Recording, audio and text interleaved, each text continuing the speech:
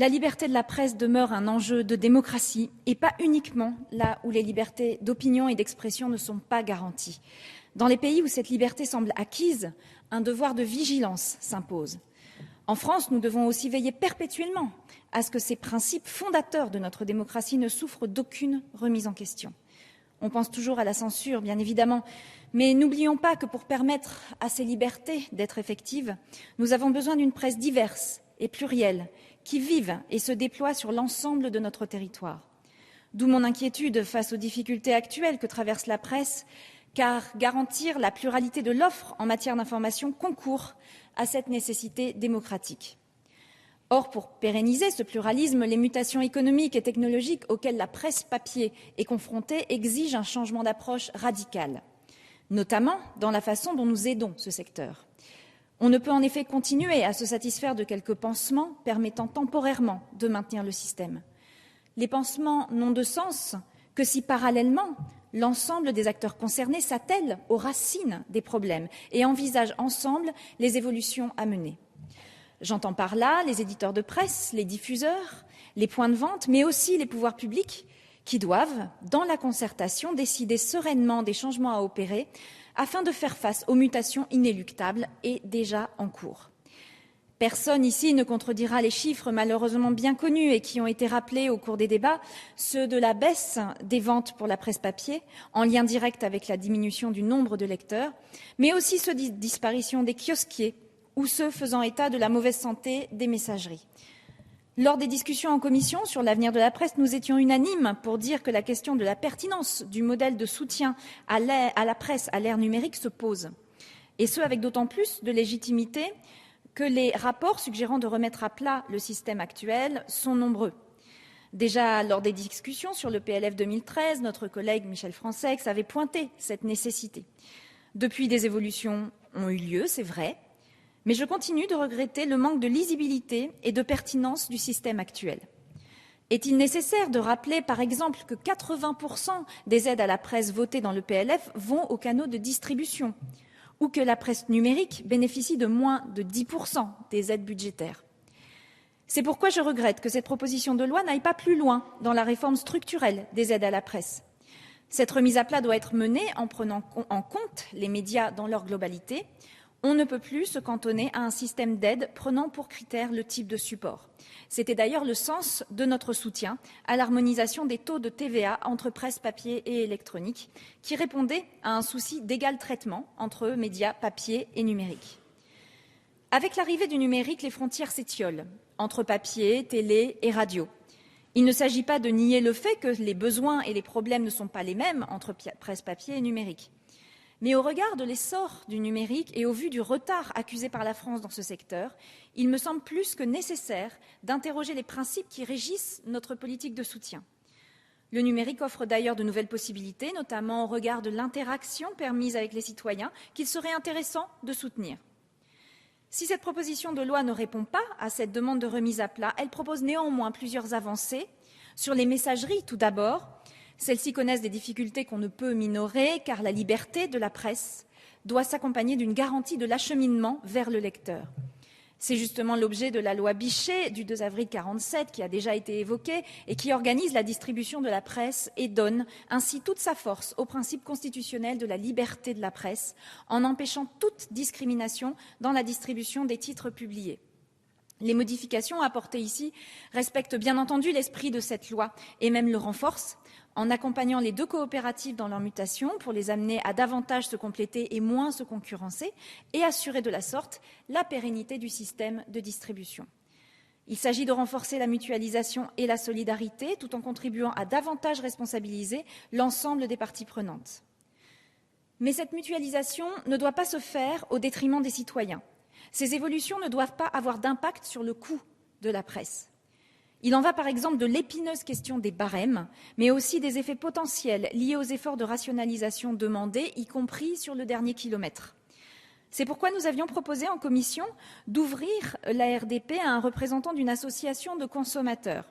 Cette proposition n'a pas été retenue, mais j'espère que cet enjeu sera bien pris en compte. Autre avancée de cette proposition de loi, la création du statut d'entreprise solidaire de presse d'information.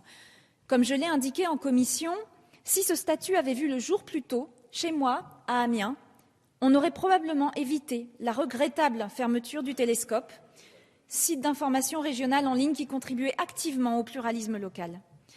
Car ce statut est aussi et avant tout une façon de soutenir le pluralisme en matière d'information. Aujourd'hui, l'émergence de nouveaux éditeurs est trop rare. J'espère très sincèrement que ce statut apportera un vrai changement en permettant aux pure players de se développer et en permettant ainsi à la France de rattraper son retard en matière de presse numérique. Nous soutenons donc cette initiative qui devrait favoriser une stabilité dans le financement de ces médias et nous attendons désormais d'en savoir plus sur les incitations fiscales annoncées pour accompagner ce statut. Je salue aussi, et vous vous en doutez, la volonté de s'inspirer du modèle de l'économie sociale et solidaire. Vous connaissez l'engagement des écologistes pour le développement de ce secteur qui représente un modèle d'avenir. Mais pourquoi limiter ce statut aux entreprises en ligne et à la presse d'information politique et générale, statut pour lequel nous appelons par ailleurs à plus de clarté? Et pourquoi se restreindre dans la diffusion des valeurs de l'ESS? D'autres sites peuvent être tout aussi innovants et intéressants que les sites dits IPG. Et ce statut pourrait aussi intéresser certaines entreprises de la PQR et de la PQN qui connaissent des difficultés. D'ailleurs, pour surmonter ces difficultés, il faut entendre les volontés des salariés de reprendre leur entreprise. La récente reprise du groupe Nice Matin par ses salariés illustre cette demande qui, de plus en plus, résonne comme une réponse pertinente aux difficultés économiques de la presse. C'est pourquoi mon groupe souhaite soulever la question de l'élargissement à l'ensemble des entreprises de presse de la procédure d'information aux salariés en cas de difficultés économiques. Un tel dispositif est prévu dans la loi sur l'ESS. Lors des débats, je défendrai donc un amendement en ce sens. Puisque cette proposition de loi se propose de pallier aux crises qui touchent notamment la presse papier, pourquoi ne pas la doter d'un outil favorisant les opportunités de cession à leurs salariés? Ce serait se priver d'une opportunité supplémentaire d'accompagner les transitions en cours dans ce secteur. Enfin, concernant l'AFP, je souhaite avant tout relayer les craintes des représentants des salariés de l'agence. Cette proposition de loi propose en effet des modifications qui surviennent dans un contexte de flou, par essence, toujours inquiétant pour des salariés attachés à leur entreprise. Qu'il s'agisse du manque d'informations sur les négociations en cours sur le futur com, de l'absence de publicité de la lettre de cadrage de la Commission européenne, ou encore des conséquences liées à la création d'une nouvelle filiale technique. Des inquiétudes existent sur le risque de fragilisation de l'agence et il est impératif de les entendre pour s'assurer que les activités de l'agence ne seront pas à terme menacées, mais bel et bien pérennisées, comme c'est la volonté exprimée ici. Des garanties claires sont ainsi demandées en ce qui concerne les effets possibles de la création de la filiale technique de moyens. L'inscription de la séparation comptable à l'article 13, avancée obtenue en commission, est un premier pas qui se veut rassurant. Mais une partie des personnels redoute encore d'éventuelles conséquences sur leur statut. Et ils s'inquiètent du risque de perte pour l'agence de son outil technique en cas de problème financier. Démunie de son outil technique, l'avenir de l'agence serait en jeu. D'où aussi le besoin de garantir le positionnement de l'État qui jusqu'ici avait un rôle de garde-fou. Le flou qui entoure les missions d'intérêt général est lui aussi problématique. Ces nouvelles dispositions ne doivent en aucun cas servir à brider le développement de l'AFP à l'international. L'agence doit être en capacité de donner une information objective et exhaustive, aussi bien en France que dans le reste du monde. C'est là un des points forts de l'AFP qui contribue à sa notoriété et à son excellence. Si une partie des syndicats nous indique que des engagements rassurants ont été obtenus sur les relations entre les instances de l'AFP et cette filiale, nous n'avons pas le droit d'ignorer les craintes qui demeurent. C'est pourquoi je relaie ici leurs doutes et inquiétudes afin que des engagements fermes soient pris et réaffirmés. Quant aux dispositions relatives à la gouvernance de l'agence, elles sont non seulement nécessaires, mais doivent aussi être une opportunité pour se moderniser.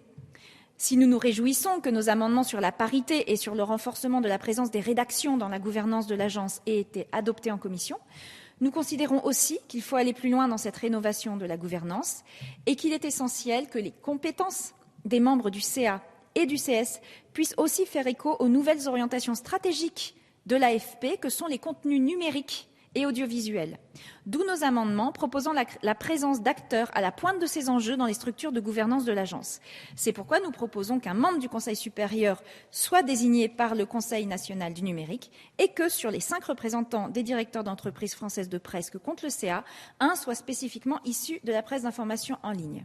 Enfin, et pour finir, mon groupe a bien entendu soutenu l'ouverture aux journalistes du droit d'accompagner des parlementaires dans les établissements pénitentiaires, les zones d'attente et les centres de rétention. Et nous proposons de renforcer encore ce droit, gage de liberté de la presse, en l'élargissant aux centres éducatifs fermés, en donnant aux journalistes les capacités à exercer leur métier par le droit de filmer, d'enregistrer et de photographier, ou encore en facilitant également leur entrée dans les établissements pénitentiaires sans la présence d'un parlementaire.